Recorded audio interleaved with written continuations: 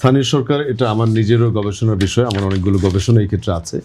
স্থানীয় সরকারটা স্থানীয় পর্যায়ে গভর্নড হওয়ার কথা, এবং এটা সরকার মানে হচ্ছে এটা নিজস্ব একটা ক্যাপাসিটি থাকার কথা। এটা যদি কেন্দ্রীয় সরকার কর্তৃক গাইডেড হয় সেটা আর স্থানীয় সরকার থাকে না। এটা হচ্ছে মোদ্দা কথা, এক নাম্বার। দুই হচ্ছে, এখন বাংলাদেশে অতীতে ইউনিয়ন পরিষদ, পৌরসভা, সিটি কর্পোরেশন, উপজেলা, এগুলিকে যদি আমরা বিভিন্ন ধাপে ধাপে স্থানীয় সরকার ধরি, এগুলো দেখা গেছে এর যে মূল ক্ষমতা কাঠামো, ইউনিয়ন পরিষদের কিন্তু একটা আইন আছে, পৌরসভার আইন আছে, সেগুলোকে পাশ কাটিয়ে তারা দেখা যায় সংসদ সদস্যের অধীন। যদি একটা জেলা, একটা উপজেলাতে 9টা ইউনিয়ন পরিষদ থাকে, ওই 9 জন ইউপি চেয়ারম্যান সংসদ সদস্য কি গাইড করেন সেই জন্য ওয়েট করতে থাকেন, যেটা তার করার কথা না। এখন যেটা হচ্ছে, এইটা হচ্ছে একটা ব্যাখ্যা, যেটা আমাদের রফিক সিকদার ভাই বলেছেন, প্রয়াত ডক্টর তোফায়েল আহমেদ সাহেব, যারা লোকাল গভর্নমেন্ট এক্সপার্ট হিসেবে পরিচিত, ওনারা আবার বলার চেষ্টা করেছেন যে যদি পার্টির অ্যাফিলিয়েশন না থাকে তাহলে ওই ব্যক্তিকে আপনি দায়বদ্ধ করতে পারবেন না।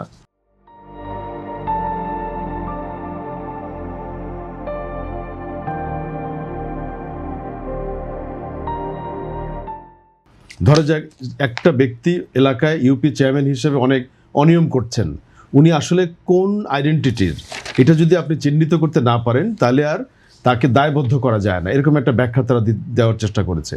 এখন আমার কাছে মনে হয় যে মোটা দাগে এখন বাংলাদেশে অনেক ইউনিয়ন পরিষদ চেয়ারম্যান, যেটা শোনা যায় 4500-এর মধ্যে প্রায় অর্ধেকই পলাতক, তারা নেই দেশে, বিভিন্ন পৌর মেয়ররা নেই। এই পরিস্থিতিতে দ্রুতই গভর্নমেন্ট চেষ্টা করছে, এই বর্তমান গভর্নমেন্ট, যে সিটি কর্পোরেশনের কয়েকটা দিয়ে প্রথম ইলেকশনটা শুরু করা, তারপরে ধাপে ধাপে স্থানীয় সরকারগুলোকে নির্বাচন দেয়া। তবে আমার মতে এটি এখনও অনেক এলাকাতে নাম করার প্রিন্সিপাল, গণমাধ্যম কর্মী, সাংবাদিক, যাদের কোনো দলীয় পরিচয় নেই, তারাও কিন্তু এলাকায় ব্যাপকভাবে প্রশংসিত, তারাও কিন্তু ইউপি চেয়ারম্যান বা মেম্বার হতে পারেন। কিন্তু বর্তমান স্ট্রাকচারকে আপনি এমনভাবে করেছেন যে আপনি যদি দলীয় ব্যানার না বহন করেন তাহলে আপনি আর এই ধরনের স্থানীয় সরকার আসতেই পারবেন না। তাহলে করে আমরা ওই ভালো যাচ্ছে না, তার মানে আমরা ওই ভালো আগের যে স্থানীয় সরকারের কনসেপ্ট, সেই কনসেপ্ট অনুযায়ী এরকম প্রসিদ্ধ লোকগুলিকে আর সামনে হয়তো পাবো না। দলীয় লোকদেরকে নানা সুযোগ সুবিধা দেবে, দলের বাইরের লোকদেরকে রাজনৈতিক নেতৃত্ব তৈরির পথটিও তো বন্ধ হয়ে যায় অনেক ক্ষেত্রে।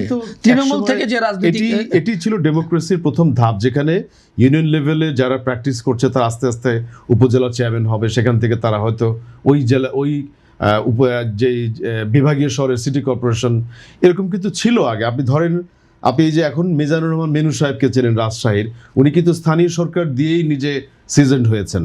বর্তমান সংসদে এরকম আরো কয়েকজন আছেন যারা হচ্ছে মেম্বার থেকে মেম্বার, স্থানীয় সরকার ছিল, তারপরে উপজেলা চেয়ারম্যান। Yes, exactly. তারপরে ধরা যাক আমাদের এই মির্জা আব্বাস সাহেবও কিন্তু একদম সিটি লেভেল থেকে রাজনীতি করে করে করে করে উনি এখন উপরে উঠেছেন।